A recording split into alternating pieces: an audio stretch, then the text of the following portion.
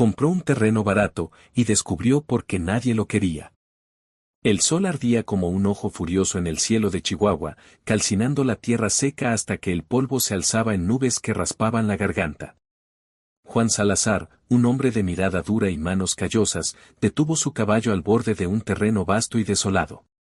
Aquí está, pensó, bajando de la montura. Mi nueva vida. Pero algo en el aire, un silencio demasiado pesado, le erizó los vellos de la nuca. ¿Por qué nadie quiso esta tierra? La pregunta lo golpeó como un latigazo, y no lo dejaría en paz. Juan había comprado el terreno por una miseria en una subasta en Juárez. Los otros postores, rancheros curtidos y comerciantes astutos, apenas le echaron un vistazo al lote antes de apartar la mirada, como si el mismísimo diablo hubiera puesto su marca en él. Es un regalo, le dijo el subastador, un tipo flaco con ojos nerviosos. Pero, amigo, asegúrate de saber en qué te metes. Juan, harto de la ciudad y con los ahorros de una vida de trabajo en las minas, no hizo caso. ¿Qué podía salir mal? Era solo tierra, un pedazo de desierto con un arroyo seco, un par de mezquites torcidos y una cabaña vieja que parecía a punto de derrumbarse. Pero ahora, parado en su nueva propiedad, sentía un frío que no explicaba el calor del mediodía. Montó su caballo y se acercó a la cabaña. Las tablas crujían bajo sus botas y el viento traía un murmullo que no era del todo natural, como si la tierra misma estuviera susurrando secretos. Entró, y el olor a humedad y algo más, algo metálico, le pegó en la cara. En el suelo, medio enterrada bajo una capa de polvo, había una cruz de madera rota. La levantó, y un escalofrío le recorrió el espinazo. Grabado en la madera, apenas legible, estaba un nombre, María de la Luz. Debajo, una fecha, 1883. Hace casi 40 años. ¿Quién era ella? ¿Y por qué dejaron su cruz aquí, como si alguien quisiera olvidarla? Esa noche, Juan encendió una fogata afuera de la cabaña. El cielo estaba negro como boca de lobo, y las estrellas parecían ojos vigilantes. Intentó dormir, pero el viento seguía trayendo ese murmullo, ahora más claro, como voces lejanas que hablaban en una lengua que no entendía. Se levantó, con el revólver en la mano, y salió a inspeccionar. Nada.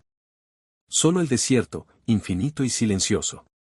Pero cuando volvió a la cabaña, encontró algo que lo hizo detenerse en seco, huellas frescas en la tierra, descalzas, pequeñas, como de una mujer. Rodeaban la cabaña y desaparecían en la oscuridad. Al día siguiente, Juan cabalgó hasta el pueblo más cercano, Santa Rita, un lugar olvidado donde las calles polvorientas parecían tragarse a los forasteros. En la cantina, los lugareños lo miraron con recelo. Pidió un mezcal y preguntó por el terreno. El cantinero, un viejo con una cicatriz que le cruzaba la mejilla, dejó de limpiar el mostrador y lo miró fijo. Ese terreno, dijo, es maldito. Nadie lo toca desde lo de los Valdés. Juan frunció el ceño. ¿Los Valdés? ¿Qué pasó con ellos? El viejo bajó la voz. Hace 40 años, una familia vivía ahí. Don Pedro Valdés, su esposa, y su hija, María de la Luz. Una noche, desaparecieron. Nadie sabe cómo ni por qué. Pero desde entonces, los que se acercan a ese lugar, no regresan igual. Juan no era hombre de supersticiones. Había visto suficiente en las minas, hombres aplastados por rocas, traiciones por unas monedas, como para no creer en cuentos de fantasmas. Pero las palabras del cantinero se le quedaron grabadas. Regresó al terreno con el sol ya bajo, decidido a no dejarse intimidar. Mientras descargaba provisiones, notó algo extraño, la cruz rota que había encontrado estaba de nuevo en el suelo, pero ahora no estaba rota. Estaba entera, como si alguien la hubiera reparado. Y el nombre, María de la Luz, parecía recién tallado. Esa noche, las voces regresaron, más fuertes. Juan se sentó junto a la fogata, con el revólver al alcance, escuchando. No eran murmullos ahora, eran palabras, fragmentos de una súplica, ayúdame, no me dejes, el corazón le dio un vuelco. Agarró una antorcha y salió, siguiendo las huellas descalzas que aparecieron de nuevo, esta vez dirigiéndose al arroyo seco. La luz de la antorcha bailaba sobre la tierra, y entonces lo vio, una figura pálida, apenas visible, de pie junto al lecho del arroyo. Era una mujer, joven, con un vestido blanco desgarrado. Su rostro estaba borroso, como si el viento lo deshiciera, pero sus ojos eran dos pozos de desesperación. Juan quiso gritar, pero su voz se quedó atrapada. La figura alzó una mano, señalando el suelo, y luego se desvaneció. Temblando, Juan cavó donde la mujer había señalado. La tierra estaba suelta, como si alguien más hubiera removido ahí recientemente. A 1 metro de profundidad, su pala golpeó algo duro. Era una caja de madera, vieja pero intacta. La abrió con manos temblorosas y encontró un diario, sus páginas amarillentas pero legibles. Era de María de la Luz Valdés. Las primeras entradas hablaban de la vida en el rancho, de su amor por su familia, de su esperanza en un futuro mejor. Pero las últimas páginas eran diferentes.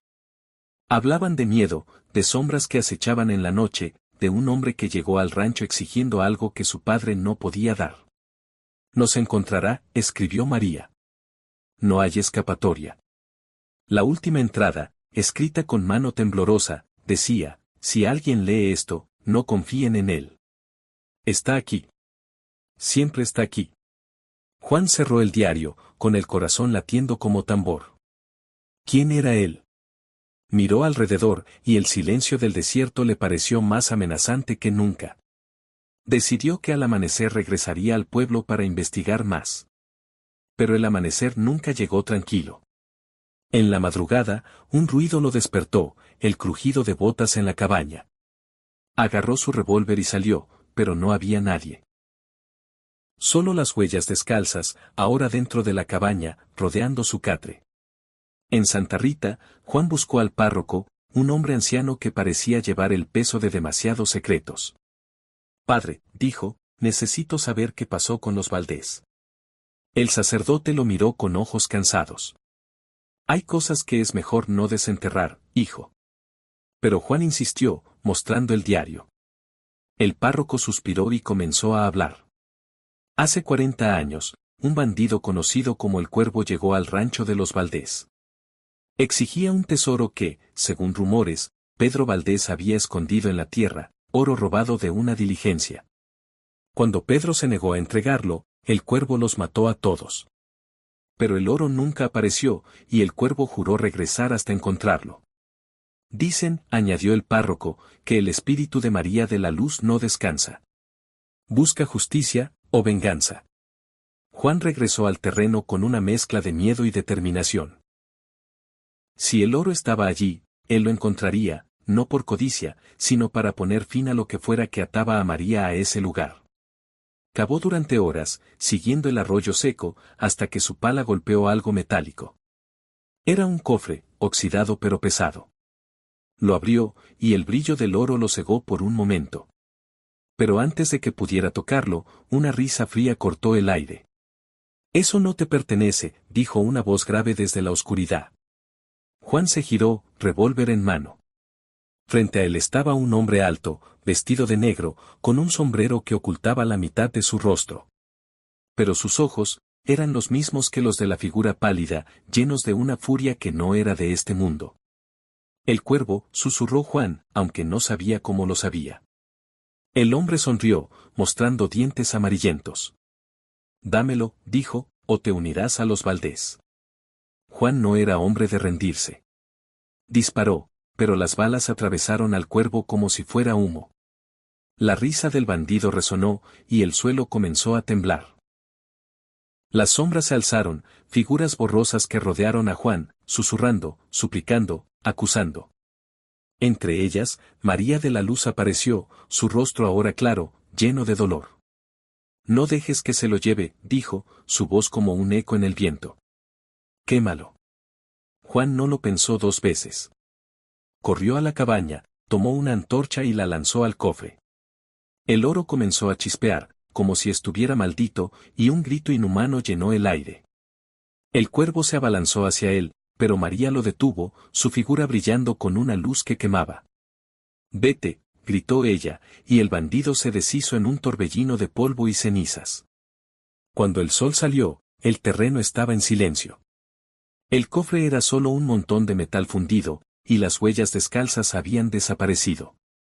Juan, exhausto, supo que María había encontrado su paz. Pero mientras empacaba sus cosas, decidió no quedarse. Ese terreno no era para los vivos. Lo dejó atrás, con una última mirada a la cabaña, donde una cruz nueva, tallada con el nombre de María, brillaba bajo el sol.